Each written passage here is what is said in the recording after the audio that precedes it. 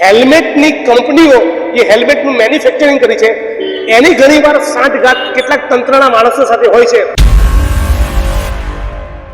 પોલીસની જાહેરાત પર કોંગ્રેસ નેતાએ પ્રહારો કર્યા છે। 8 સપ્ટેમ્બરથી વાહન ચાલકો માટે હેલ્મેટ ફરજિયાત કરવાના છે।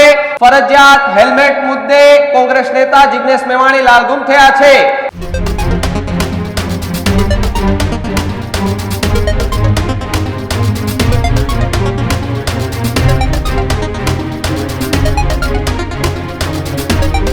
आप જોઈ રહ્યા છો ન્યૂઝ રૂમ અને આપની સાથે હું છું ભાવિક। મહત્વપૂર્ણ સમાચાર રાજકોટથી સામે આવી રહ્યા છે કે જે આવનારા સમયમાં હેલ્મેટ ફરજિયાતને લઈ એક મુદ્દો ગરમાયો છે। 8 સપ્ટેમ્બરથી વાહન ચાલકો માટે હેલ્મેટ ફરજિયાત કરવાના છે।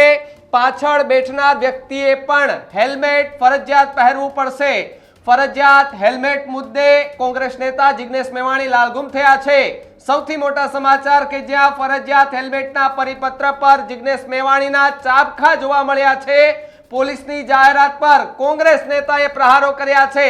ગૃહમંત્રી અને ભાજપ સરકાર પર આકરા પ્રહારો જિગ્નેશ મેવાણીએ કર્યા છે। પહેલા આપો સારા રોડ, પછી કરો હેલ્મેટ ફરજિયાત, આ પ્રકારના આરોપ જિગ્નેશ મેવાણી દ્વારા લગાડવામાં આવ્યા છે। સાથે જ સરકાર અને હેલ્મેટ બનાવતી એક કંપની બંને વચ્ચે સાંઠગાંઠ હોવાના આરોપ પણ જિગ્નેશ મેવાણી દ્વારા લગાડવામાં આવ્યા છે। જો કે જિગ્નેશ મેવાણી કે રાજકોટના પ્રવાસે હતા તે દરમિયાન ત્યાંના લોકોએ તેમની ત્યાં વાત કરી કે અહીંયા હવે પોલીસ 8 સપ્ટેમ્બરથી હેલ્મેટ ફરજિયાત કરી દેવાની છે। જે બાઇક ચાલક છે તેને તો હેલ્મેટ પહેરવું ફરજિયાત છે, પરંતુ પાછળ બેઠનાર વ્યક્તિએ પણ હેલ્મેટ ફરજિયાત પહેરવું પડશે। આ વાતને લઈ જિગ્નેશ મેવાણીએ ખૂબ મોટા આરોપો લગાડ્યા છે।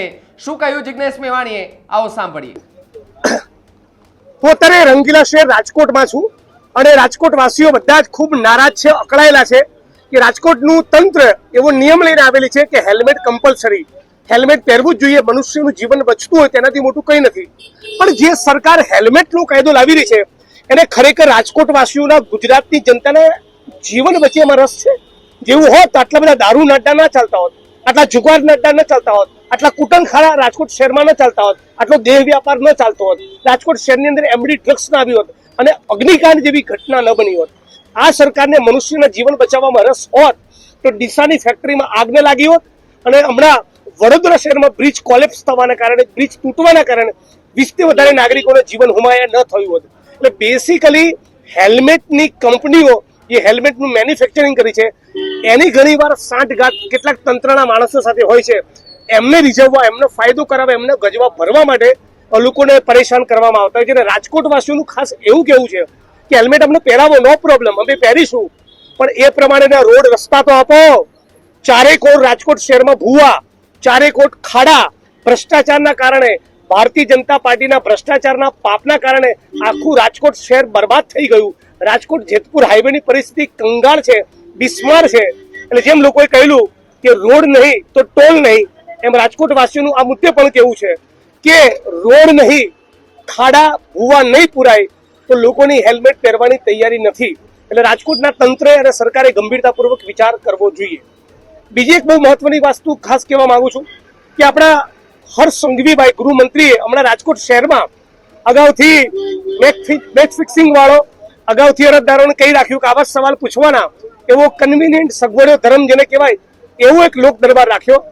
આવનારા દિવસોમાં હું લોક દરબાર રાખીશ અને નકલી નહીં, અસલી લોક દરબાર હશે ત્યારે ખબર પડે કે રાજકોટ શહેરમાં કેવા ધંધા ચાલી રહ્યા છે અને રાજકોટ ભારતીય જનતા પાર્ટી એ કેવું શાસન ચલાવી રહ્યું છે। આવનારા દિવસોમાં હું ફરી રાજકોટ આવીશ અને હર્ષ સંઘવી જે નકલી લોક દરબાર કર્યો એની સામે અસલી જનસુનવાઈ, અસલી લોક દરબાર થશે। તો જે પ્રકારે જિગ્નેશ મેવાણીએ જે ગંભીર આરોપો લગાડ્યા છે ને રાજકોટમાં જે હેલ્મેટ ફરજિયાત કરવાની જે વાત છે તેને લઈને જિગ્નેશ મેવાણીના ચાબખા જોવા મળ્યા। તો ખાસ કરીને આવનારી 8 સપ્ટેમ્બરથી પોલીસ છે તેમના જે કહેવાય ને કે ભાઈ તેમણે કહ્યું છે કે ભાઈ ફરજિયાત હેલ્મેટ થઈ જશે। આખા વાતને લઈને હવે રાજકોટની જે જનતા છે તેમાં પણ ક્યાંક એવા સવાલો ઊભા થઈ રહ્યા છે કે ભાઈ આમાં ફાયદો કોને? હેલ્મેટ બહુ સારી વસ્તુ છે કે જે આપણા જીવના જોખમમાંથી પણ આપણને બચાવી શકે છે, પરંતુ અત્યારે એવી વાતો થઈ રહી છે કે ભાઈ આ પોલીસ માટે કેમ એટલી કહી શકાય કે આ મોટી વાત થઈ ગઈ કે પોલીસ એવી જાહેરાત કરે છે કે માત્ર બાઇક ચાલક જ નહીં, પાછળ બેઠનાર વ્યક્તિએ પણ હેલ્મેટ પહેરવું ફરજિયાત થશે।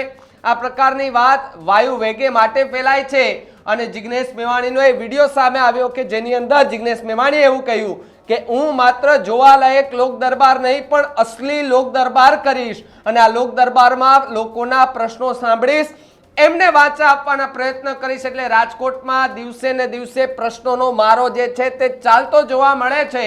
હવે આ એક વધુ ને સૌથી મોટો પ્રશ્ન એ સામે આવ્યો છે કે જેની અંદર હેલ્મેટ ફરજિયાતને લઈ કોંગ્રેસ નેતા જિગ્નેશ મેવાણી તેમણે સરકાર સામે ખૂબ મોટા આરોપ અને પ્રત્યારોપ લગાવ્યા છે। જિગ્નેશ મેવાણીની વાત સાથે કેટલા સહમત છો કમેન્ટ બોક્સમાં ખાસ લખજો। જોતા રહેજો ન્યૂઝ રૂમ। નમસ્કાર।